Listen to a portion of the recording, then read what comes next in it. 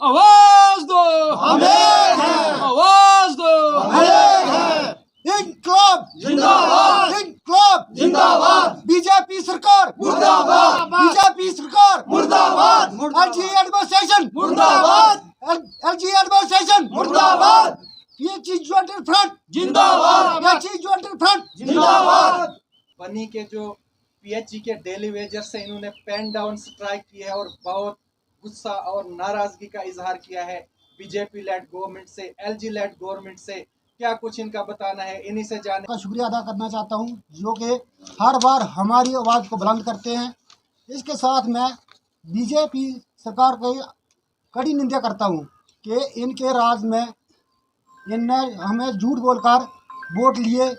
2014 में वादा किया कि हम आपको परमानेंट करेंगे, हमें जिताइए आप।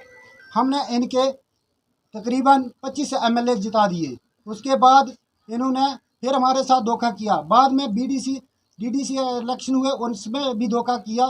हम इनकी कड़ी निंदा करते हैं। मैं अफसोस से कहता हूं कि हमारे डेली विजर कुछ रिटायर होने को जा रहे हैं, जो कि कुछ ही चंद ही महीनों में रिटायर हो रहे हैं। उनको ना तो उनकी बकाया पिछली तनख्वाह दी जाती है, ना तो उनको कोई किसी किस्म का इंश्योरेंस या कुछ कोई नहीं दिया जाता है। मैं इसलिए एलजी एडमिनिस्ट्रेशन से निवेदन करता हूं कि कम से कम फिर भी होश में आइए, मत डेली विजरों को तंग कीजिए। ये अपना हक मांग रहे हैं। हम वो गरीब इंसान हैं जो बीपीएल के नीचे भी एक दूसरी स्टेज होती है जिसे अंत्योदय कहते हैं, उसके भी नीचे हैं। इन आदमी को तंग मत किया जाए, इनकी की हुई कमाई को दिया जाए, इनको परमानेंट किया जाए एसआरओ चोट के तहत जल्द से जल्द। नहीं तो डेली विजर बिगड़ गया तो जम्मू कश्मीर के लोगों को दिक्कत आ जाएगी और इसका जिम्मेदार सिर्फ एलजी प्रशासन ही होगा। ड्राफ्ट किया हुआ है और इस पे ये लिखा गया है कि तमाम आर्जी मुलाजमीन को SRO 64 के तहत मुस्तकिल किया जाए। आर्जी मुलाजमीन की 70 माह की तनख्वाह जारी की जाए। जिन डेली वेजर मुलाजमीन की फौतगी दौरान मुलाजमत हुई है, इनके अहले खाना को किसी एक फर्द को नौकरी दी जाए। चौथा, दिल्ली यूटी की तर्ज पर अगर जम्मू कश्मीर को यूटी बनाया है, अगर ये सच है, फर्जी नहीं है, तो दिल्ली यूटी की तर्ज पर 618 रुपये कम से कम तनख्वाह दी जाए, जो रोज़ाना तनख्वाह है। अगर ये यूटी है तो यूटी के कानून क्यों नहीं लागू हैं JNK में। सुबकदोश होने वाले या हो चुके आर्जी मुलाजमीन को 10 लाख रुपए स्पेशल असिस्टेंस दी जाए और रिटायरमेंट पॉलिसी बने। इसलिए तमाम आर्जी मुलाजमीन से अपील की जाती है कि अपने बच्चों की मुस्तकबिल को महफूज बनाने के लिए हड़ताल को कामयाब बनाएं। और ये काम छोड़ो हड़ताल है, pen down strike. PHE department बनी, जो दूर दराज इलाका में बारिश में, धूप में, जंगल में अपनी ड्यूटी सर अंजाम देते हैं, अपना फर्ज निभाते हुए सब लोगों को पानी की दस्तयाबी में अहम रोल अदा करते हैं। अगर यही डेली वेजर काम करना छोड़ दें तो लोग प्यासे मर जाएंगे। इनकी सब्जियां, जानवर पानी के लिए मजबूर हो जाएंगे। उनको पानी की दस्तयाबी के लिए ये अहम रोल अदा करते हैं। और आज जो बीजेपी लेड गवर्नमेंट है, शर्म आनी चाहिए इनको। और ये जो बड़े बड़े दावा करते हैं सबका साथ, सबका विकास, आवाज दो, आवाज दो। अफसरशाही नहीं चलेगी, अफसरशाही नहीं चलेगी, गुंडागर्दी नहीं चलेगी। हमारे हक की तरफ। मैं president Ranbir Singh Manhas, United front बनी। मैं यहाँ कितनी बार हमने ये स्ट्राइकें की, इस एडमिनिस्ट्रेशन के कान पर जूं तक नहीं रेंगती है। हमारे ये हमारा भाई ये अगस्त में रिटायर होने जा रहा है। इसका सफेद रंग था, इस गवर्नमेंट ने इसको काला करके छोड़ा है। इसके घर के बच्चे, इसकी पढ़ाई का खर्चा, इसके बच्चे पढ़ रहे हैं, इसके साथ जमीन, हमारे किसी के साथ इतनी बड़ी जमीन नहीं है कि हम अपने घर से गुजारा कर सकें। जो काम आता है, जो भी एक मामूली आदमी भी बच्चा बोलता है हमारे यहाँ काम तो पानी नहीं है। ये मेरे सभी भाई यहाँ बर्फ में स्नोफॉल एरिया है, यहाँ बरसात में जाकर अपनी जिंदगी को अपनी खतरे में डालकर काम करते हैं, और गवर्नमेंट अपने हमारा एलसी हमारे वो हमारे ये क्या है कि क्या सोच है इनकी। हमारी सोच है कि हमने 500 पे नौकरी की है, इनकी सोच है जो हमें घसीट रहे हैं, ये घसीटना शुरू किया है इन्होंने। ये नहीं होना चाहिए। एडमिनिस्ट्रेशन है वो देखे, उसके डेली बेसिस भी होते हैं। परमानेंट एक मुलाजिम हमारे उम्र का 1 लाख रुपया पे ले रहा है, और हम 500 पे फिर भी ईमानदारी पे नौकरी कर रहे हैं। फिर भी ना हमारा 70 महीने का वो पेंडिंग बेसिस, ना हमारी टाइम की तनख्वाह। 75 रुपए बढ़ा दिए एक प्राइम मिनिस्टर के आने पे 75 रुपए। ये कौन सा कानून है ये? प्राइम मिनिस्टर आया है, जैसे लोगों ने उसके नाम पे वोट दिए हैं, उनके नाम पे वोट दिए हैं, तो उनको भी देखना चाहिए। कहते हैं मुझे घर घर का गरीबी का पता है। ये गरीबी का पता नहीं कि हमारे साथ क्या हो रहा है, ये उनको पता नहीं। वोट घर घर में वो गिन लेते हैं ऑनलाइन, मगर ये काम नहीं गिनते हैं वो। ये कहाँ की अक्लमंदी है? हम तो अपने आपे से बाहर हैं। अब हमें या निकाल दो या हमारे इन सभी डेली बेजरों को पक्का करो, और इनकी पेंडिंग सैलरी जो है सारी रिलीज होनी चाहिए। इंक्लाब जिंदाबाद, इंक्लाब जिंदाबाद, इंक्लाब जिंदाबाद। आगे हमें शर्म है, हम बार बार मेमोरेंडम देते हैं एसडीएम डीसी को, जी हमारे जय साहब ये डब्ल्यू को हम काम नहीं करेंगे। कितनी बार मेमोरेंडम देंगे हम इनको? कितनी बार दे सकते हैं? ये मेरे भाई दूर दराज इलाका से आते हैं, कोई 40 किलोमीटर से आता है, कोई ढग्गर से आता है, कोई डंडी घुटू से पहाड़ों से आते हैं, ये कोई भंडार से आते हैं, कोई रोलका डंडी घुटू से आ रहा है। ये पैदल नहीं आ रहे हैं।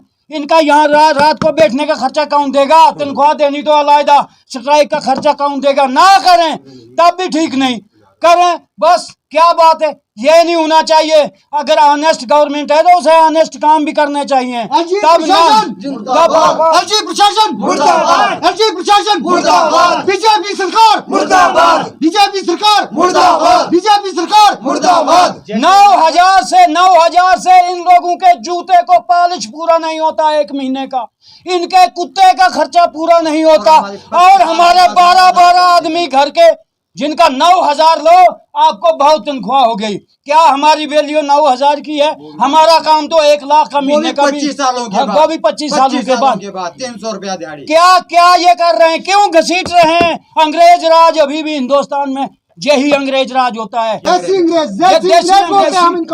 मीडिया का शुक्रिया अदा करूंगा कि इन्होंने पूरे हिंदुस्तान में लाइट डाली अपनी, कहीं क्या हो रहा है, यही ऑनलाइन शो करते हैं सब कुछ। हमारा भी आपकी तरफ से एडमिनिस्ट्रेशन को पता लगे कि हम कितने दुखी हैं, क्यों हम ऐसे भाषण कर रहे हैं, हमें क्या जरूरत है।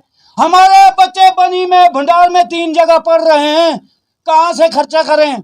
आजकल तो हमारे यार का जो हमारे क्लास फेलो दुकानदार थे वो भी हमें इनकार कर गए कि अब आपको खर्चा नहीं देंगे, हम किताबें नहीं देंगे हैं। वो ठीक बोल रहे हैं। 20-20, 25-25 हजार हमने पहले ही उनसे कर्जा लेकर खा लिया है। कितना हमारी कोई मदद करेगा? रिश्तेदारों के घर में जाते हैं तो बोलते हैं यार जाओ। वो क्यों? कुछ मांगने तो नहीं आ गया, कहीं छपो कहीं। जे हमारी इमेज खत्म कर दी इन्होंने, हमारी जिंदगी खत्म कर दी, हमारी पीढ़ियां खत्म कर दी। इसी लिहाज से चलता रहा तो हमारी तो फैमिली खत्म हो जाएगी। फाके क्या बनेंगे? क्या बच्चों को पढ़ाएंगे? क्या करेंगे? इससे मैं जो हमारी ये स्ट्राइक चल रही है, जब तक हमारा फैसला नहीं हुआ लगातार चलती रहेगी, और हम यहाँ धरने प्रदर्शनी करेंगे, कोई काम नहीं करेंगे। इसकी जिम्मेदारी डिपार्टमेंट की, एडमिनिस्ट्रेशन की होगी। जो हमें कोई 19-20 की बात होगी तो जिम्मेदार ये गवर्नमेंट, ये एडमिनिस्ट्रेशन, ये पूरा इन्हीं का रोल रहेगा। इसमें हमारा कोई रोल नहीं है। हम स्ट्राइक जारी रखेंगे जब तक हमें ये पूरा पता न लगे कि आपका कुछ हल हो गया है। जय हिंद, जय भारत। बड़े दुर्दशा की बात है, अनफॉर्चुनेट है कि इन गरीब लोगों को कैसे झंझोड़ा जा रहा है। जहां एक तरफ से नारा है कि सबका साथ सबका विकास, बुरी तरह से परेशान है, कसम पुरसी की हालत में ये जी रहे हैं, मजबूर इंसान हैं, और यही मजबूरी आज इनको यहाँ पेन डाउन स्ट्राइक करने पर मजबूर कर रही है। तो हम एडमिनिस्ट्रेशन से, डिस्ट्रिक्ट एडमिनिस्ट्रेशन से, सब डिविजनल एडमिनिस्ट्रेशन बनी से, डीएम कठुआ से, डिविजनल कमिश्नर जम्मू से, जितने भी ओहदे पे बैठे हैं कि इन गरीबों की सुनवाई की जाए, एड्रेस किया जाए, ताकि ये खुशी से अपने परिवार की परवरिश कर सकें और जिंदगी बसर कर सकें, गरीबों का भरोसा बनाएं। क्योंकि मेजॉरिटी ऑफ द पीपल जो कंट्री में है, हमारी वास्ट कंट्री है इंडिया, डेमोक्रेटिक कंट्री कहा जाता है, लेकिन डेमोक्रेसी कहाँ है? इन गरीबों के फंडामेंटल राइट्स वायलेट हो रहे हैं। आईपीएस आईएएस ब्यूरोक्रेट्स हैं, ये किसके लिए हैं? ये प्रोटेक्टर हैं कॉन्स्टिट्यूशन के, ये गरीबों के फंडामेंटल राइट्स को अश्योर करने के लिए हैं। अगर वही इनके फंडामेंटल राइट्स वायलेट करें, अश्योर ना करें, तो इनका पासबान कौन होगा?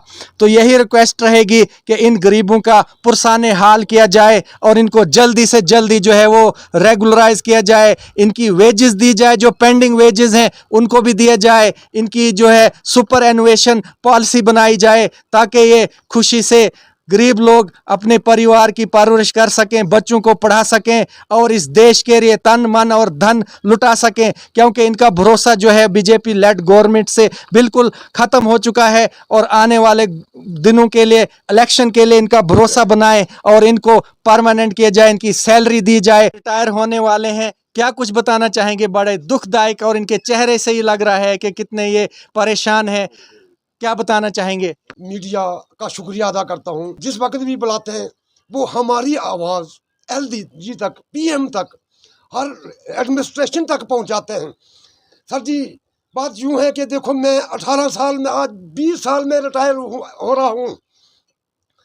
देखिए 70 महीने की हमारी सैलरी है, मतलब गवर्नमेंट लेने देने का नाम नहीं ले रही है। हमारे साथ देखो बेइंसाफी हो रही है।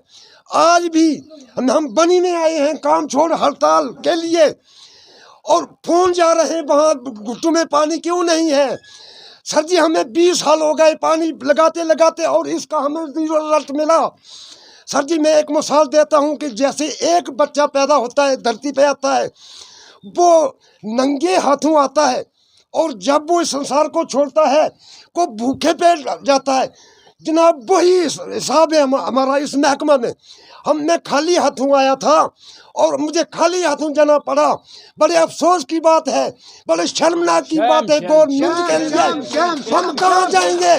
हमें जहाँ तो जहर दे दो, फायर कर दो, मतलब वहाँ यहाँ तो हम फिर ठंडी नींद सोएंगे ना। गवर्नमेंट क्या हमारे साथ कहते हैं कि ये बहुत इंसाफ हो रहा है, गरीब अमीरों को एक साथ करेंगे, लेकिन गरीबों को नीचे ले जा रहे हैं। देखो, हम डेली बेजर भाई हैं, जैसे मेरे भाई रणबीर पहले भी कह चुके हैं, काम हमें जिनके देखो परमानेंट मुलाजमन जो है पीएचडी के सबसे ज़्यादा है हमारे पास, लेकिन क्यों हम हमारे ऊपर धाड़ा कि अगर आप पानी नहीं लगाओगे तो हम टर्मिनेट कर देंगे। सर जी, डर के मारे हम 12 बजे भी सर इन बच्चों के लिए, अपने पेट के लिए काम कर रहे हैं। देखो, 20 साल के बाद मैं खाली हाथों आया था और खाली हाथों घर को जा रहा। गवर्नमेंट ने इसका क्या इंसाफ करना है? अगर गवर्नमेंट है तो करो, नहीं तो जाना ही जाना। जा रहा हूँ।